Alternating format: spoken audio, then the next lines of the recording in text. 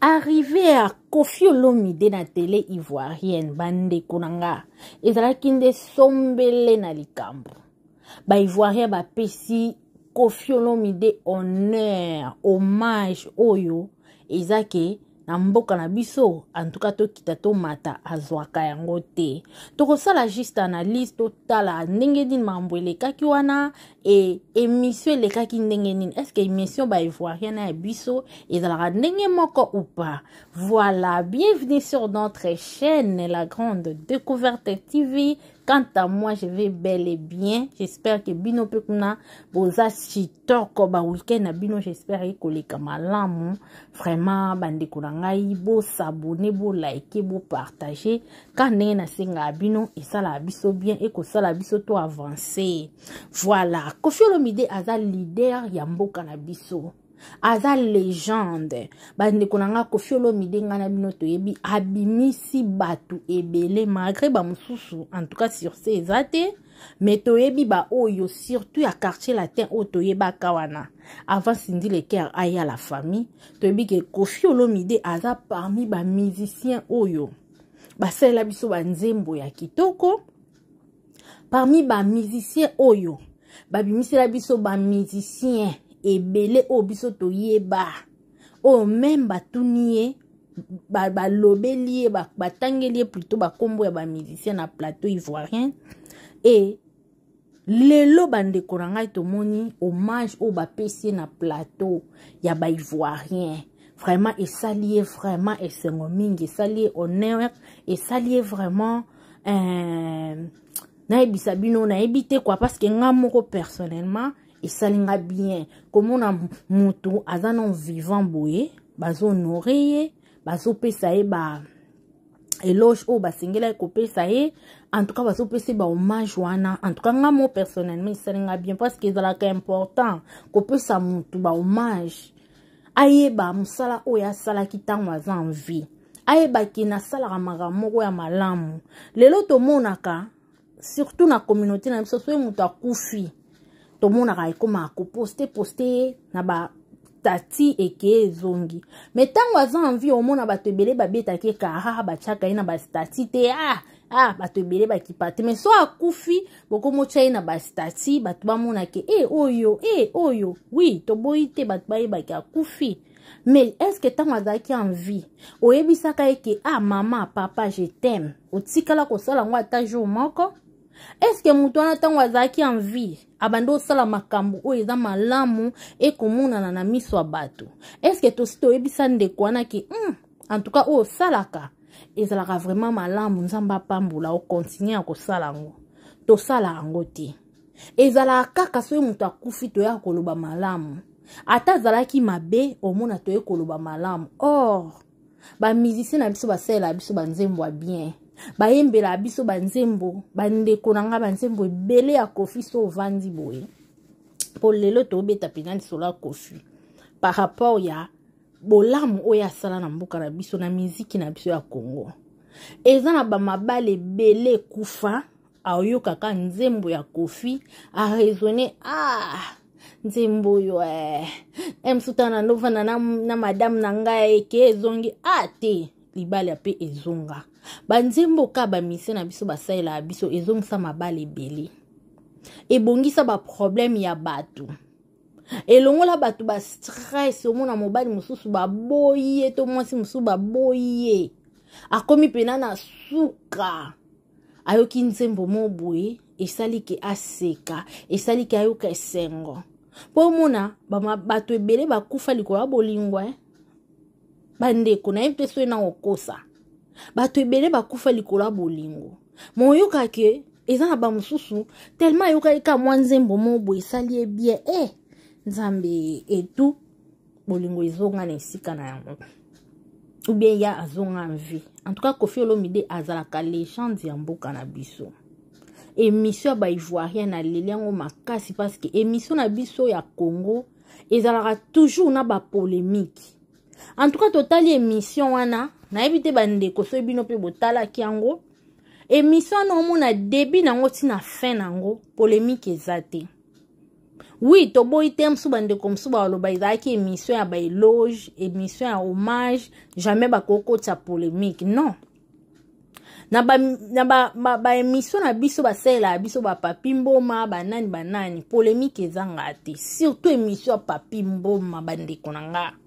Kuna soko leki soko tuti bordi te soko za mutu te mingi ezalaka wana donc faut moi crête ezala komona ke papi mboma zo pousser au kaka wani tellement communauté na biso tolinga ba polémique bazo pousser au kaka et na émission otomoni polémique ezate balakisi Koffi Olomide ba œuvre oyo ya ye oyo ya sala bato abimisa.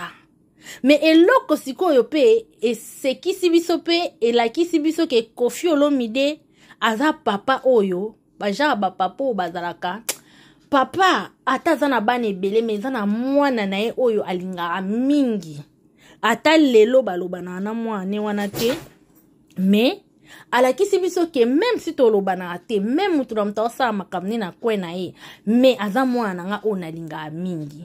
Asa lelo komonde to mona ki auto sala émission sur Diddy Stone bato ebele bayebi ke makambo eleka Koffi alongola Diddy Stone na motema mais or Koffi Olomide ya kotalisa biso Diddy Stone c'est mon bébé azalaka toujours na motema nanga donc émission oyo koyoka oyo sentiment oyo Koffi Olomide azalaki nango ntango batangeli ye kombo ya Di Cap la merveille.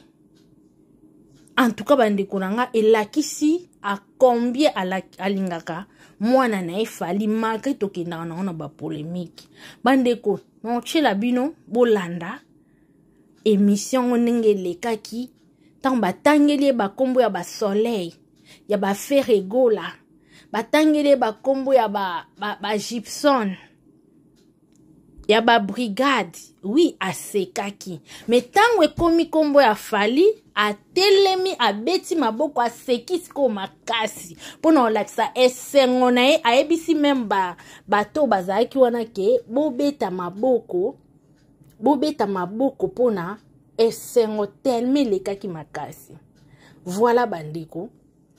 Tolanda, bongo tokozonga après.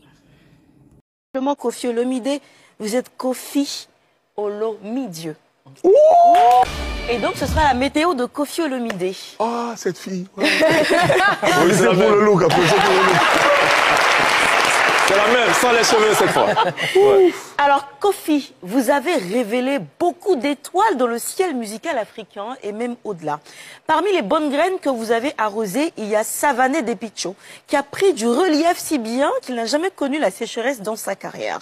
Et si le soleil Wanga brille encore aujourd'hui, c'est parce que vous lui avez appris à survivre aux attentats et à tout autre danger de mort, même dans un monde arabe. Sur votre planète, vous avez le mirage qui est une réalité supersonique et le kérosène qui coule à flot dans toutes vos affaires d'État. Dans votre monde, il ne fait jamais froid grâce à une unité spéciale appelée Brigade Sabarti pour les amoureux du show. Vous êtes toujours sur un petit nuage parce que vous n'avez dans votre univers que des bourreaux de talent comme Ompella. Et il fait toujours beau dans votre atmosphère de paix où règne Eric Tutsi. Vous êtes toujours au zénith quand vous faites le cœur avec Cindy. Même s'il vous arrive de croiser le fer aux côtés de Gola contre vos ennemis, vous avez un arc-en-ciel de voix dans votre galaxie mélodieuse qui fait de vous le seul super-héros qui a 10 caps. Quelle merveille. Dans votre quartier latin... Incroyable. Non, elle m'explose, c'est pas possible. Non, mais n'explose pas trop. On a encore besoin de temps pour jusqu'à la fin de l'émission. Après, tu peux exploser. Alors, dans votre quartier latin... Et voilà la famille Bocholanda, non? Boyoki bino mona matoi na bino. Journaliste atangeli déjà kuto pour votre information ba ebisie Koffi Olomide. Biso to ebi na kombo Koffi Olomide. Mais bango ba pesi kombo Koffi Olomide. Donc pour na ba ivoirien Koffi aza lokola die ya musique ya Congo.